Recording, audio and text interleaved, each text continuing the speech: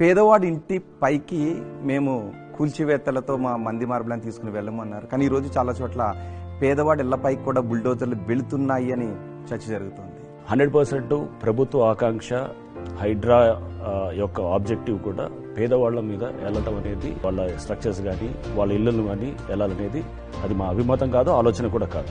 But మీరు చూస్తాను కొన్ని ఇన్స్టెన్సెస్ మీకు చెప్తాను, దాన్ని బట్టి మీరు అర్థం చేసుకోవాలి. Like for instance N Convention మీద మేము ఎప్పుడైతే గనక మొత్తం ఈ స్ట్రక్చర్స్ ని డిమాలిష్ చేశామో ఆ టైంలో దాని చుట్టుపక్కల చాలా స్ట్రక్చర్స్ కూడా తీసాం. But of course due to media కొంత ఎన్ కన్వెన్షన్ మీద ఎక్కువ దృష్టి పెట్టడంతో చాలా స్ట్రక్చర్స్ తీసాము. అక్కడ చాలా పేదవాళ్ళ గుడిసెలు ఉంటే దాన్ని టచ్ కూడా చేయలేదు. ఎందుకు టచ్ చేశామనేది కూడా కొన్ని చెప్తాను. చింతల చెరువు అని చెప్పేసి జీడిమెట్ట దగ్గర, అది కూడా మేము చేసిన one of the first HYDRAA చేసినటువంటి డిమాలిషన్ ఆపరేషన్స్ లో అది ఉండింది. దాంట్లో కొంతమంది ఎవరైతే పేదవాళ్ళు అని చెప్పేసి వాళ్ళు కొన్ని స్ట్రక్చర్స్ కట్టుకొని ఉన్నటువంటి దాన్ని కూలగొట్టాం. దాని వెనకాల రాజు అని చెప్పేసి ఒక అక్కడ నోటోరియస్ ల్యాండ్ గ్రాబరు అతను ఉండి అతను ఆపరేట్ చేస్తున్నాడు.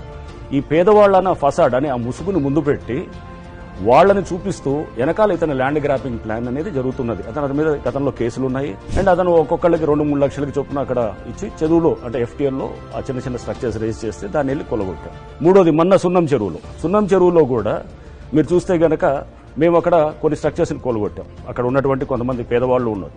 బట్ వాళ్ళంతా ఎవరికి సంబంధించిన వాళ్ళు అక్కడ మీరు చూశారు. ఏది ఒక వ్యక్తి లుంగీలో, తర్వాత ఏది కెరోసిన్ పోసుకుంటూ హడావడి చేసినటువంటి వ్యక్తి వెంకటేష్ అని చెప్పేసి అక్కడ ఒక పెద్ద ఎత్తున కూడా మనకి ట్యాంకర్స్ బిజినెస్ చేస్తున్నారు. సో అంటే దానికి ఏంటి, అక్కడ పెద్ద ఎత్తున కూడా ట్యాంకర్స్ బిజినెస్ చేస్తూ అక్కడ ఉన్నటువంటి వాటర్ని అక్కడి నుంచి డ్రా చేస్తూ దాన్ని ఆ చుట్టుపక్కల ఉన్నటువంటి చైతన్య నారాయణ సంబంధించిన కొన్ని హాస్టల్స్ లేకపోతే ఇంకా ఇతర ఎస్టాబ్లిష్మెంట్స్ వాళ్ళందరికీ కూడా సప్లై చేస్తూ ఆ వాటర్ ఈ ట్యాంకర్స్ ని పార్క్ చేయాలంటే కనుక అక్కడ ల్యాండ్ అంతా ఆక్రమించుకుంటూ చెరువునంతా ఆక్రమించి దాన్ని మొత్తం చదును చేసి అక్కడ ఇతనితో పాటు ఇంకా కొంతమంది అక్కడ ఎవరైతే గనక ఆ షాపులు కమర్షియల్ ఎస్టాబ్లిష్మెంట్స్ దగ్గర నుంచి కూడా వాళ్ళు వసూలు చేస్తూ ఈ ఏదైతే ఇల్లులు మేము కూల్చామో సొంత ఇల్లులు కాదు, అవన్నీ కూడా వేరే వాడు ఆక్రమించిన అతనికి కిరాయి కడుతున్నటువంటి ఇట్లాంటి అంటే సొంత స్ట్రక్చర్స్ ఉన్నటువంటి వాళ్ళని ఎవరిని టచ్ చేయాలి. మీర్పేట చెరువుకి వెళ్ళాం.